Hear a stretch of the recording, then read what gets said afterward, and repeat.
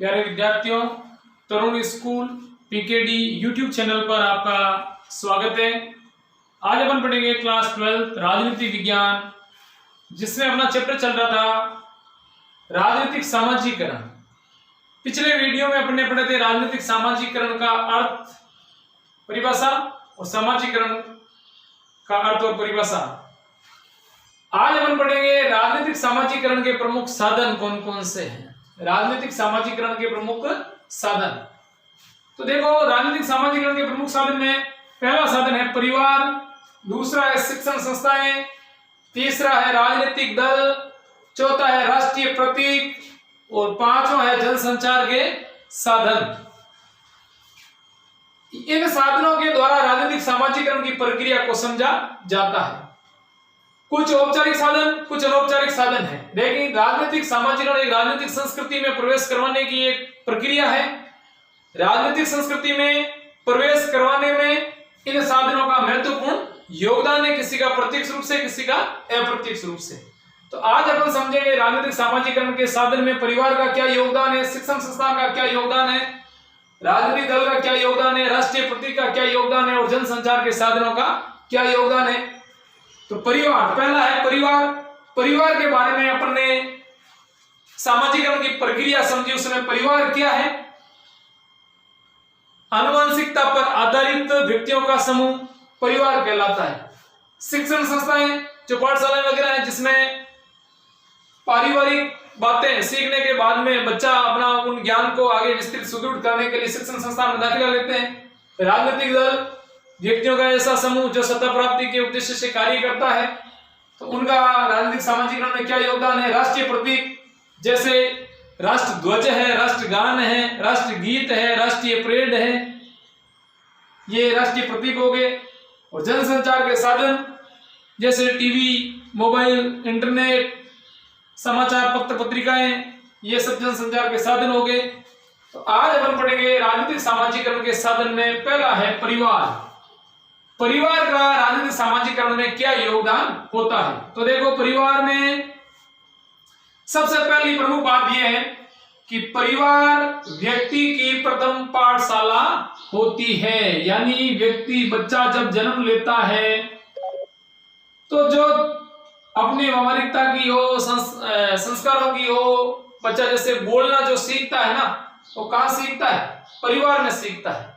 सबसे पहले छोटे बच्चे का जन्म होने के बाद में बच्चे को बोलना सिखाया जाता है। तो बोलना जहां सिखाया जाता है वो कहां सीखता है? परिवार में सीखता है। तो बच्चे की प्रथम पाठशाला हो गई परिवार। परिवार बच्चे की प्रथम पाठशाला है। और इस पाठशाला में जो प्रथम बच्चे का जो शिक्षक होता है वो बच्चे की माता होती है, बच्चे की मां होती है। यानी बच्चा सबसे पहले शब्द वही सीखता है, सबसे पहले मां बोलता है, मां सीखता है और मां उनको उनकी माता ही सिखाती है।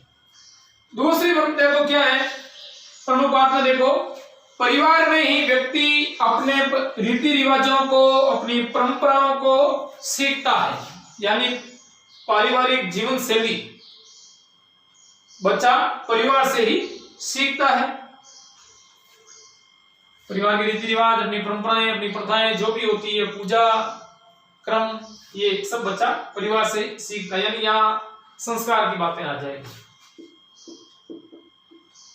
बच्चा जो संस्कार सीखता है ना, वो परिवार में ही सीखता है। तीसरा, परिवार में बच्चा अपने माता पिता की आज्ञा का पालन करता है, क्योंकि बच्चे का कर्तव्य होता है अपने माता पिता की आज्ञा का पालन करना। क्यों करते हैं कि बच्चे को या हमें, बच्चा क्यों बोले, अपन भी अपने माता पिता की आज्ञा का पालन करते हैं, हम सभी अपने माता पिता की आज्ञा का पालन करते हैं। क्यों करते हैं? ये हमारा कर्तव्य है। और इसके साथ साथ हमें उनकी सत्ता का बोध भी होता है कि भाई परिवार में पिता या माता परिवार का प्रमुख होती है, तो वो हमारे ऊपर एक शासक के रूप में, वो हमारा शासक है। वो जो कहेगा, जो उनके निर्देश होंगे, जो आदेश होंगे, उनकी अपन पालना करेंगे। यानी हमें सत्ता का बोध होता है। आज्ञा के पालन क्यों करते हैं? कि हमें उनमें सत्ता का बोध होता है। जैसे सरकार का एक प्रमुख होता है, उनके आदेशों की शासित जिन पर शासन किया जा रहा है वो आदेशों की पालना करते हैं, तो परिवार का एक प्रमुख होता है, परिवार के प्रमुख के आदेशों की पालना परिवार के अन्य सदस्य करते हैं। क्यों करते हैं? कि वो परिवार का प्रमुख है, हमें उसमें सत्ता का बोध होता है, इसलिए करते हैं। उसके बाद में अगला है, परिवार से हमें कुछ बातें सीखने को मिलती है, यानी परिवार हमें बहुत कुछ सिखाता है। क्या क्या सिखाता है? जैसे मिलजुल करके रहना, एक दूसरे का सहयोग करना, एक दूसरे के काम में हाथ बांटना, प्रत्येक काम है वो परिवार के प्रत्येक सदस्यों को अलग अलग बांटे हुए होते हैं। जैसे कई सफाई करने का काम करते हैं, कई खाना बनाने का काम करते हैं, कई पशुपालन करते हैं, कई खेती का करते हैं। तो इस प्रकार जो अलग अलग क्षेत्र में जो अलग अलग जिनकी जो पैसा होता है उनमें वो लगे रहते हैं। तो बहुत कुछ हमें जो बातें हैं परिवार से ही सीखने को मिलती है, जिसमें सबके साथ में मिलकर के रहना है, परस्पर एक दूसरे का सहयोग करना है और अपनी मांगों को मनवाने के लिए किस प्रकार से दबाव बनाया जाए। और अब देखो, परिवार का एक सदस्य होने के नाते जैसे छोटे बच्चे होते हैं, छोटे बच्चे की कुछ मांग होती है, यानी बच्चा किसी भी प्रकार की मांग कर सकता है, खाने की वस्तु की मांग कर सकता है, खेलने की खिलौने की मांग कर सकता है, कहीं जाने के लिए कह सकता है, घूमने फिरने के लिए जाने के लिए कह सकता है। तो ऐसी स्थिति में क्या करते हैं कि परिवार के जो प्रमुख होते हैं, कई बार बच्चे की कुछ मांग होती है तो उनको नजरअंदाज कर देते हैं। तो ऐसी स्थिति में बच्चा क्या करेगा? परिवार के जो प्रमुख जो सदस्य है उन पर दबाव बनाने की कोशिश करेगा, यानी अपनी मांग मनवाने के लिए कोई ना कोई तरीका ढूंढेगा। अब तरीका क्या ढूंढेगा? जैसे उदाहरण के रूप में पापा से कोई मांग की या पापा मान नहीं रहे हैं, तो ऐसी स्थिति में वो अपनी मम्मी से कहेगा कि पापा को मनाओ, मुझे वो चीज दिलानी है। अब मम्मी के कहने पर भी जब बात नहीं बनती है तो दादा या दादी से पापा के ऊपर दबाव डालने की कोशिश करेगा, या फिर कोई तीसरा तरीका और भी निकालेगा। जैसे कई बार क्या होता है, बच्चे ज्यादातर कोई बच्चों की मांग होती है तो वो दबाव डालने का आजकल तो सीधा तरीका निकालते हैं कि स्कूल नहीं जाते हैं, एक दिन स्कूल नहीं जाएंगे, 2 दिन नहीं जाएंगे, उनकी जो मांग है परिवार के प्रमुख को माननी पड़ती है। जैसे उदाहरण के रूप में बच्चा नए बैग की मांग कर डालता है, मेरे नए बैग लाओ, तो मैं बैग लाओ, पापा कह देते हैं कि भाई 1-2 दिन या सप्ताह भर बाद में मैं लाऊंगा। बच्चा देख लेता है, सप्ताह भर बीत जाता है तो भी उनका बैग नहीं आया। तो ऐसी स्थिति में वो क्या करेगा? आखिर में तरीका वो ढूंढेगा, वो कहेगा जब तक नया बैग नहीं आएगा तब तक मैं स्कूल नहीं जाऊंगा। हम स्कूल जाना उन्होंने बंद कर दिया तो फिर जो उनकी जो मांग है वो माननी पड़ती है। तो इसी प्रकार परिवार में बहुत कुछ सीखने को भी मिलता है, और परिवार के जो प्रमुख से कोई उनकी मांग होती है किस प्रकार मनवाई जाए, उनके लिए वो दबाव के तरीके भी ढूंढते हैं। उसी प्रकार जैसे सरकार से भी अपनी जैसे जनता की कोई मांग होती है तो मनवाने के लिए सरकार के ऊपर किस प्रकार दबाव डाला जाए, ये बातें कौन सिखाता है? परिवार सिखाता है, क्योंकि ऐसी बातें की शुरुआत है जो परिवार में हो जाती है। अब एक बात ये, जैसे साथ मिलकर के रहना, साथ मिलकर के रहने का मतलब है, जैसे उदाहरण में सरकार के गठन की अपन बात करें, गठबंधन की जो सरकार होती है,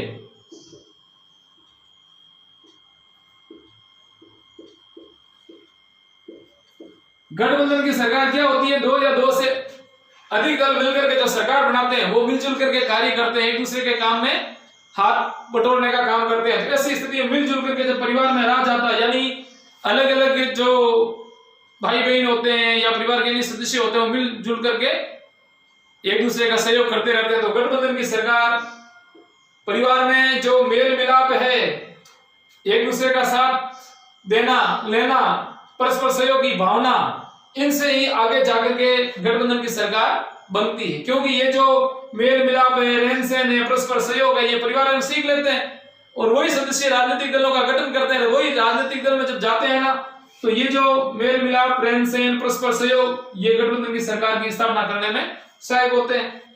और परिवार के सदस्य पिता से जो कोई मांग होती है, किस तरीके से मनवाने के लिए कोई दबाव का जो तरीका अपनाया, आखिर में सरकार से भी कोई मांग मनवाने के लिए कोई ना कोई तरीका अपना लेते हैं। जैसे किसानों की कोई मांग होती है तो किसान आंदोलन करते हैं, बिजली का बिल जमा नहीं करवाते हैं, चक्का जाम करते हैं। तो ये शांतिपूर्ण तरीके से आंदोलन के द्वारा सरकार से कोई मांग मनवाई जा सकती है।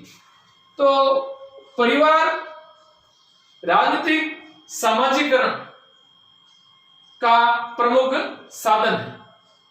आगे देखो, इन प्रमुख 4 बातों के आधार पर हम कुछ निष्कर्ष रूप से कुछ बातें कह सकते हैं। देखो, इन सभी बातों को सीख करके व्यक्ति अपने आप को राजनीतिक व्यवस्था में या राजनीतिक सामाजिकरण में डालता है। यानी ये सब कुछ बातें सीख करके व्यक्ति अपने आप को क्या है, समाज से, सामाजिक संस्कृति से निकाल करके राजनीतिक संस्कृति में प्रवेश करवाता है या उसमें ढालने की कोशिश करता है। इस प्रकार परिवार का मुखिया, पिता या माता जो भी होती है, जिस राजनीतिक दल का समर्थन करेंगे ना, तो परिवार के अन्य सदस्य भी उसी राजनीतिक दल का समर्थन करेंगे। जैसे उदाहरण के रूप में परिवार का पिता जो परिवार का प्रमुख है, वो अगर बीजेपी यानी भारतीय जनता पार्टी का समर्थन करेंगे तो परिवार के अन्य सदस्य भी उसी दल का समर्थन करेंगे। यानी छोटे छोटे बच्चे पिता का जिस पार्टी से संबंध होता है या जिस पार्टी का समर्थन करते हैं, तो छोटे छोटे बच्चे भी उस पार्टी का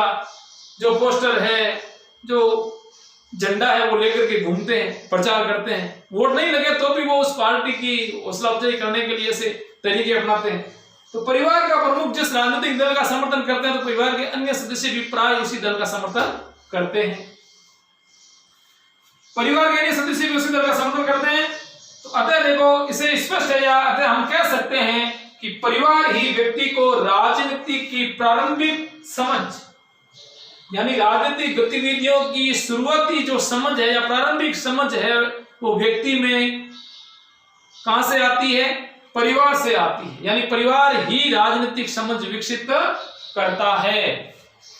तो इसलिए राजनीतिक व्यवस्था या सरकार को समझने में परिवार का महत्वपूर्ण योगदान है। इसलिए कह सकते हैं कि परिवार को सरकार की एक शाखा कह सकते हैं, एक छोटी इकाई कह सकते हैं। सरकार को समझने के लिए पारिवारिक गतिविधियां जो होती है, क्रियाकलाप जो होता है, सहयोग, मेल मिलाप, परस्पर सहयोग, ये सब सरकार में भी होता है। तो सरकार का छोटा रूप है परिवार। सरकार को समझने में पहले पारिवारिक गतिविधियों को समझ लीजिए। ये तो हो गया राजनीतिक सामाजिकरण का पहला साधन परिवार। अगला है शिक्षण संस्थाएं। हाँ, अगला देखो, राजनीतिक सामाजिकरण का साधन है शिक्षण संस्थाएं। परिवार के बाद में शिक्षण संस्थाएं।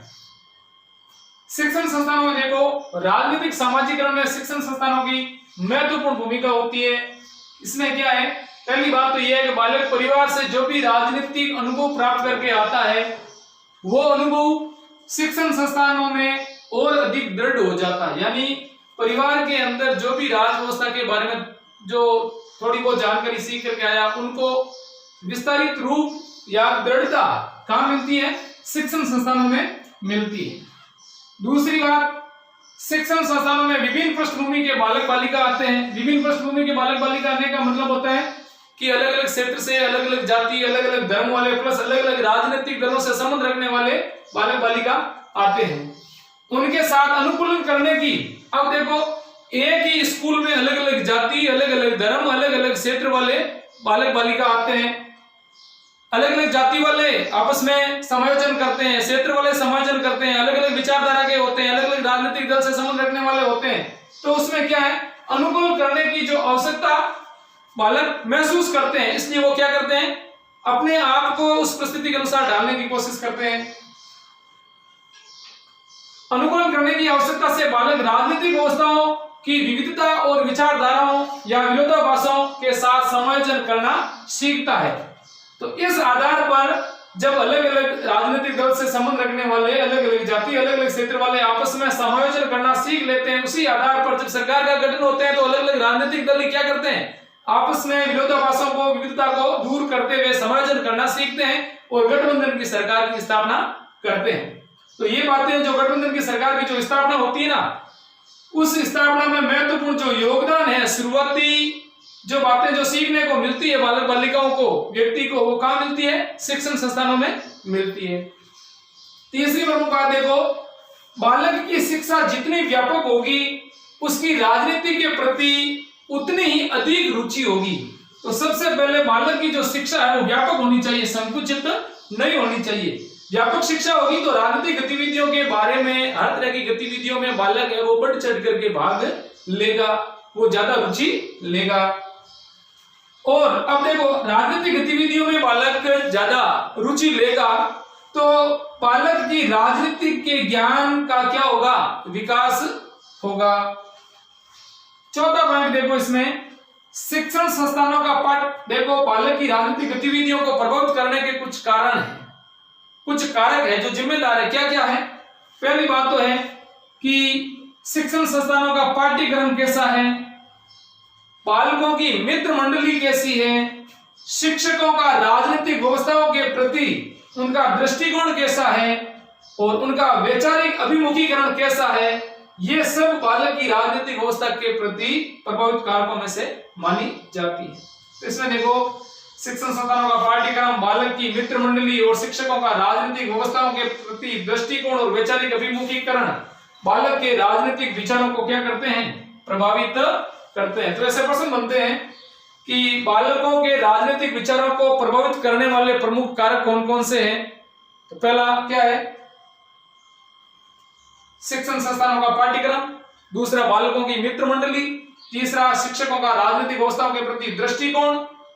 शिक्षकों का राजनीतिक प्रति दृष्टिकोण का मतलब है कि राज्य व्यवस्था के बारे में क्या जानकारी है, उनका कौन सी पार्टी को सपोर्ट कर रहा है या किस राजनीतिक दल का समर्थक है, ये सारी बातें उनको उनके राजनीतिक विचारों को प्रभावित करेगी। तो इस प्रकार हम कह सकते हैं कि बालक परिवार से जो राजनीतिक समझ प्राप्त करके आता है वह शिक्षण संस्थानों में और अधिक दृढ़ हो जाता है। तो ये तो हो गया दूसरा साधन। अगला है राजनीतिक दल। हाँ, राजनीतिक दल में देखो, राजनीतिक दल अपनी नीतियों के द्वारा, अपनी विचारधारा के द्वारा और अपने कार्यक्रमों के द्वारा सामाजिकरण का महत्वपूर्ण कार्य करते हैं। यानी अलग अलग नीतियां, अलग अलग विचारधारा, अलग अलग कार्यक्रमों के द्वारा वो क्या करते हैं? जनता को अपने दल की तरफ खींचने के लिए या अपने दल में सपोर्ट या पक्ष लेने के लिए क्या करते हैं? ऐसे अनेक कार्यक्रम चलाते हैं। क्यों चलाते हैं? कि राजनीतिक दलों का मेन मकसद या उद्देश्य क्या होता है? सत्ता प्राप्ति। यानी सत्ता प्राप्ति के उद्देश्य के लिए ऐसे अनेक नीतियां, अनेक विचारधारा, अनेक ऐसे कार्यक्रम चलाए जाते हैं जिससे जनता को अपने दल की तरफ खींच सके। उनके द्वारा महत्वपूर्ण कार्य किया जाता है, क्योंकि इन राजनीतिक दलों का उद्देश्य एक ही होता है, सत्ता प्राप्ति के लिए होता है। अब इसमें देखो, लोकतांत्रिक देश और साम्यवादी या सर्वाधिकारवादी राज्यों में राजनीतिक दलों की भूमिका अलग अलग होती है। राजनीतिक दल अलग अलग देशों में अलग अलग भूमिका निभाते हैं। यानी कई जगह राजनीतिक दल स्वतंत्र होते हैं और कई जगह राजनीतिक दल क्या है? सरकार के अधीन रहते हुए कार्य करते हैं। जैसे सर्वाधिकारवादी यानी जहां तानाशाही शासन होता है वहां राजनीतिक दलों को स्वतंत्रता नहीं होती है, सरकार के अधीन रहते हुए कार्य करते हैं। जैसे साम्यवादी व्यवस्था, जैसे चीन जिसमें एक ही दल है, तो वहां, और लोकतांत्रिक देशों में जो राजनीतिक दल होते हैं उनकी भूमिका अलग अलग होती है। लोकतांत्रिक देशों में राजनीतिक दल स्वतंत्र होते हैं, जैसे चाहते हैं वैसी विचारधारा, वैसी नीतियां, वैसे कार्यक्रमों का आयोजन कर सकते हैं। लेकिन साम्यवादी या सर्वाधिकारवादी राज्यों में सरकार के अधीन रहते हुए राजनीतिक दल कार्य करते हैं, वहां स्वतंत्र नहीं होते हैं। अब जैसे चीन और कोरिया में है तो राजनीतिक दल स्वतंत्र नहीं है, और लोकतांत्रिक देश जैसे भारत है तो राजनीतिक दल स्वतंत्र है। स्वतंत्र रहते हुए अनेक प्रकार के, जैसे अपने राजनीतिक दल अपने फायदे के लिए, सत्ता प्राप्ति के उद्देश्य के लिए क्या करते हैं? अनेक रैलियां, अनेक सम्मेलन, अनेक ये जो आयोजन वगैरह करते हैं, जिसमें बड़े बड़े पोस्टर, प्रचार प्रसार, ये तरीके अपनाते हैं जनता को अपने दल की तरफ खींचने के लिए, अपने दल में सपोर्ट पक्ष या मतदान अपने पक्ष में करवाने के लिए। ऐसा साम्यवादी या सर्वाधिकारवादी व्यवस्था वाले देशों में नहीं होता है। लोकतांत्रिक राज्यों में राजनीतिक दलों की बहुलता होती है। बहुलता होने का मतलब अनेक दल होते हैं और वो सभी दल क्या होते हैं? स्वतंत्रता पूर्वक अपने अपने विचारों के अनुरूप सामाजिकरण के लिए स्वतंत्र रहते हैं और अपने दल के प्रचार प्रसार में लगे रहते हैं। ये तो हो गया राजनीतिक दलों का, यानी राजनीतिक सामाजिकरण के साथ में राजनीतिक दल की क्या भूमिका होती है। अगला है राष्ट्रीय प्रतीक। यह भी एक राजनीतिक सामाजिकरण का साधन है। अब देखो, राजनीतिक दल, राष्ट्रीय प्रतीक और जनसंचार के साधन, ये राजनीतिक सामाजिकरण के औपचारिक साधन हैं, और परिवार और शिक्षण संस्थाएं वो अनौपचारिक साधन है। तो ये तीन है ना, तो औपचारिक साधन है। राष्ट्रीय प्रतीक में देखो, विभिन्न राष्ट्रीय प्रतीक जैसे राष्ट्रीय ध्वज है, राष्ट्रगान है, राष्ट्रगीत है, राष्ट्रीय दिवस के जो समारोह है, सेना की जो परेड है, स्वतंत्रता सेनानी है इत्यादि के माध्यम से राजनीतिक व्यवस्था तथा राजनीतिक आदर्शों के प्रति नागरिकों में आस्था के भाव पैदा किए जाते हैं। नागरिकों में आस्था के भाव पैदा करने का मतलब है, जैसे राष्ट्रीय ध्वज की बात करें तो राष्ट्र ध्वज जो हमारा तिरंगा है, राष्ट्रीय पर्व पर इनको जो फहराया जाता है, तो इस राष्ट्र ध्वज के गौरव के लिए व्यक्ति इनको सम्मान देते हैं, इज्जत देते हैं, खड़े होकर के सलामी देते हैं। राष्ट्रगान जब बजता है तो सावधान की पोजीशन में खड़े होते हैं। राष्ट्रीय दिवस समारोह बड़े धूमधाम से इनका आयोजन किया जाता है, मनाया जाता है। और सेना की परेड एकता मजबूती का जो एक प्रतीक होती है। जब 26 जनवरी के दिन दिल्ली में जो ये परेड देखते हैं तो सभी भारतीयों का एक गौरव से सीना चौड़ा होता है। और स्वतंत्रता सेनानी जो भी देश की आजादी के लिए लड़े थे, तो उन्होंने जो वो आदर्श बातें कही थी, जो तरीके बताए थे, उनकी जयंतियां मनाते हैं और उनके द्वारा जो बताए गए मार्ग थे उनका अनुसरण करते हुए चलते हैं। यानी जितने भी जो स्वतंत्रता सेनानी हुए उनकी जयंतियां मनाते हैं, उनके जो आदर्श वाक्य थे उनका अनुसरण करते हैं, जो भी इनके जो नारे वगैरह थे उनका क्या करते हैं, अनुसरण करते हैं इत्यादि के माध्यम से राजनीतिक व्यवस्था तथा राजनीतिक आदर्शों के प्रति नागरिकों में आस्था के भाव पैदा किए जाते हैं। तो देश की एकता अखंडता के लिए ये बहुत महत्वपूर्ण भूमिका निभाते हैं। अगला है जनसंचार के साधन। राजनीतिक सामाजिकरण के प्रमुख साधनों में जनसंचार के साधनों का महत्वपूर्ण योगदान है। यानी आधुनिक समय में जनसंचार के साधन जिसमें टीवी है, रेडियो है, समाचार पत्र है, इंटरनेट है, मोबाइल है, ईमेल जो भी है, इन के द्वारा व्यक्ति के राजनीतिक ज्ञान को, यानी व्यक्ति राजनीतिक ज्ञान को बढ़ाता है। ज्ञान को तथा उनके विचारों को दिशा देने में सशक्त माध्यम बने हुए हैं। यानी व्यक्ति के ज्ञान को बढ़ाने में और एक नई दिशा देने में इन संचार के साधनों का बहुत महत्वपूर्ण योगदान है। यानी नई नई जानकारियां जुटाना, राजनीतिक दलों के बारे में, उनके नीतियों के बारे में, उनकी विचारधारा के बारे में, उनके कार्यों के बारे में जो भी जानकारी है वही संचार के साधनों के द्वारा उपलब्ध करवाई जाती है।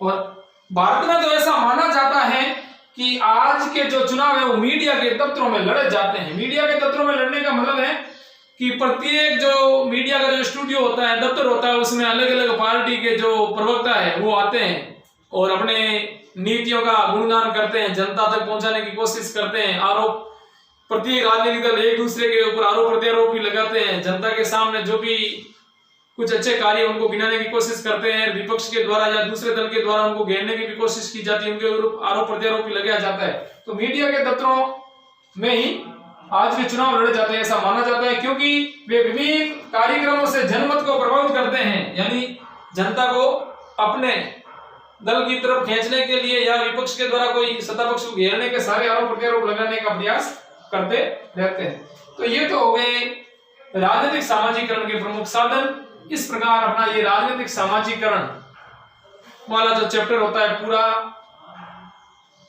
बहुत इजी अध्याय था। इसमें कोई लंबी चौड़ी बातें नहीं थी। जो समाज में जो घटनाएं घटित हो रही, जो अपन कर रहे हैं, राज व्यवस्था के बारे में जो जानकारी प्राप्त कर रहे हैं, किन किन साधनों से कर रहे हैं, किन का कितना योगदान है, शिक्षण संस्थान का कितना है, परिवार का कितना है, राजनीतिक दलों का कितना है, राष्ट्रीय प्रतीकों का कितना है और जनसंचार के साधनों का कितना, ये सारी बातें अपन ने पढ़ी है।